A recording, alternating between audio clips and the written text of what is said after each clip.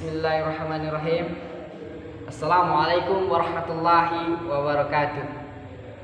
Alhamdulillah, alhamdulillahi rabbil alamin, wassalatu wassalamu ala asrafil anbiya'i wal mursalin wa ala alihi wa sahbihi azmain, amma ba'd. Pertama-tama marilah kita panjatkan puja dan puji syukur kita atas kehadirat Allah Subhanahu wa taala. Dialah Allah Subhanahu wa taala yang Maha Rahman dan yang Maha Rahim, yang Maha Pengasih lagi Maha Penyayang. Tampak memandang kita ahli sujudkah atau ahli maksiat, ahli ibadah atau ahli neraka. Dan tak lupa pula kita haturkan salawat serta salam kita kepada junjungan kita, Sang Penghulu Alam. Dialah seorang pejabat yang tak berdasi, seorang ilmuwan tanpa perguruan tinggi, dan seorang birokrat yang tak pernah korupsi. Dialah Habibana ya Nabiyana, Nabi Muhammad sallallahu alaihi wasallam, yang telah membawa kita dari zaman jahiliyah sampai zaman kuliah yang kita rasakan ini, teman-teman. Bertemu lagi bersama saya Syahrul Ramadan yang kece ini pastinya, dari kelas PGMI 5A Universitas Islam Negeri Mataram, dengan NIM 180606035.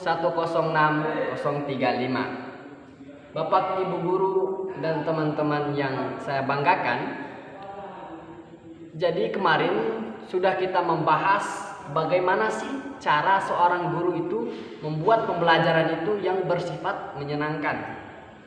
Jadi kali ini saya akan membahas tentang pengertian fungsi dari penilaian dan teknik-teknik dan instrumen-instrumen penilaian itu sendiri. Tak perlu panjang lebar lagi, mari kita mulai pembahasan. Check it out. Baiklah teman-teman sekalian, yang pertama kita akan membahas tentang pengertian penilaian. Jadi teman-teman sekalian, penilaian adalah proses pengumpulan dan pengolahan informasi untuk mengukur pencapaian hasil belajar peserta didik. Pengumpulan informasi tersebut ditempuh melalui berbagai teknis penilaian, menggunakan berbagai instrumen, dan berasal dari beragam sumber. Dan selanjutnya teman-teman sekalian, kita akan membahas tentang fungsi penilaian. Jadi teman-teman sekalian, fungsi dari penilaian itu ada 3. Yang pertama, assessment of learning, merupakan penilaian yang dilaksanakan setelah proses pembelajaran selesai. Proses pembelajaran selesai tidak selalu terjadi di akhir tahun atau di akhir peserta didik menyelesaikan pendidikan pada jenjang tertentu.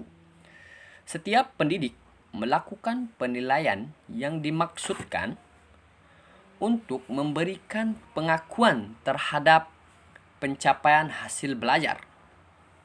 Setelah proses pembelajaran selesai, yang berarti pendidik tersebut melakukan assessment of learning, ujian sekolah atau madrasah, dan berbagai bentuk penilaian sumatif. Dan yang kedua, assessment for learning, dilakukan setelah proses pembelajaran berlangsung dan biasanya digunakan sebagai dasar untuk melakukan perbaikan proses belajar mengajar. Pada assessment for learning, pendidik memberikan umpan balik terhadap proses pembelajaran peserta didik, memantau kemajuan dan menentukan kemajuan belajarnya. Assessment for learning juga dapat dimanfaatkan oleh pendidik untuk meningkatkan performa peserta didik. Penugasan, presentasi, proyek, termasuk kuis merupakan contoh-contoh dari assessment for learning atau penilaian untuk proses belajar.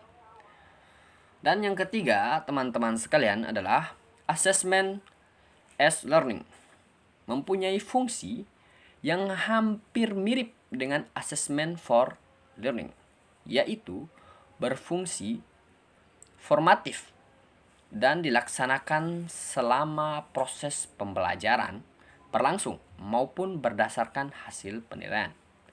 Perbedaannya, assessment as learning melibatkan peserta didik secara aktif dalam kegiatan penilaian tersebut.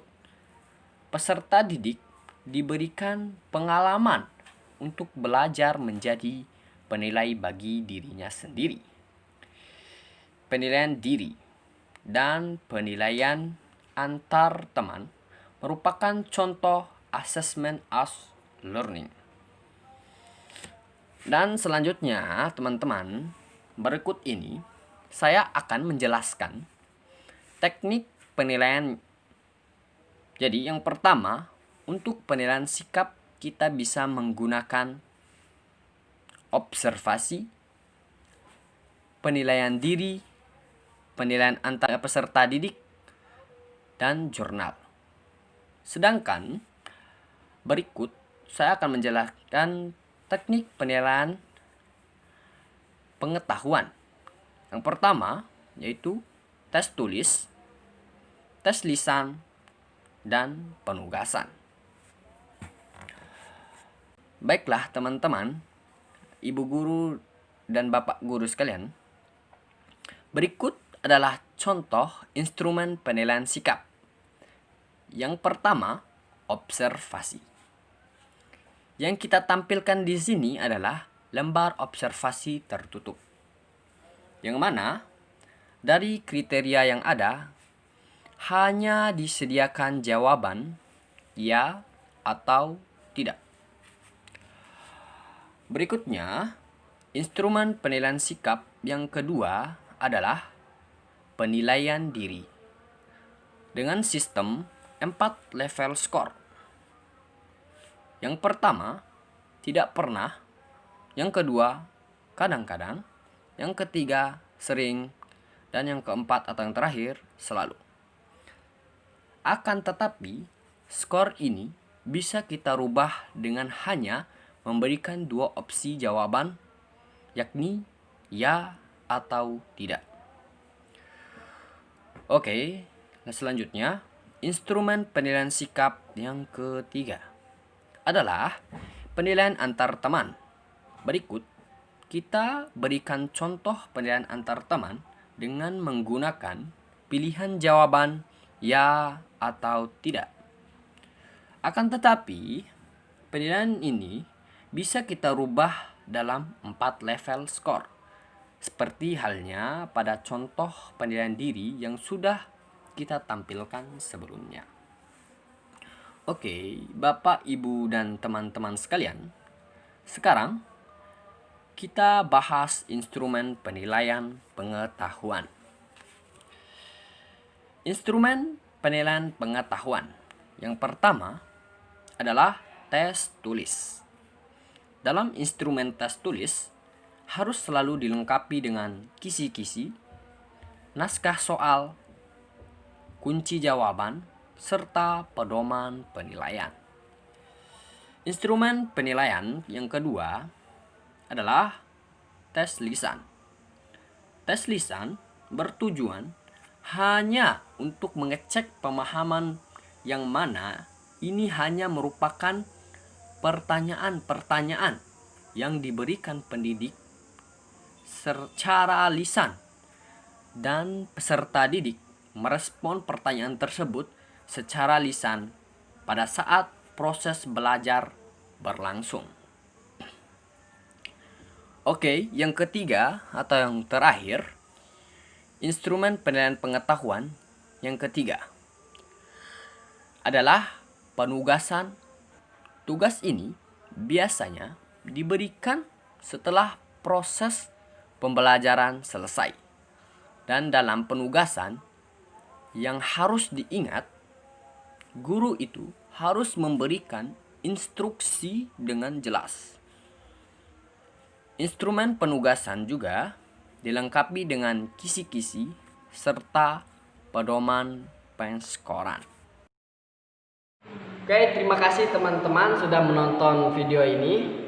Jangan lupa share, like, komen, dan subscribe. Semoga video ini bisa bermanfaat bagi teman-teman sekalian.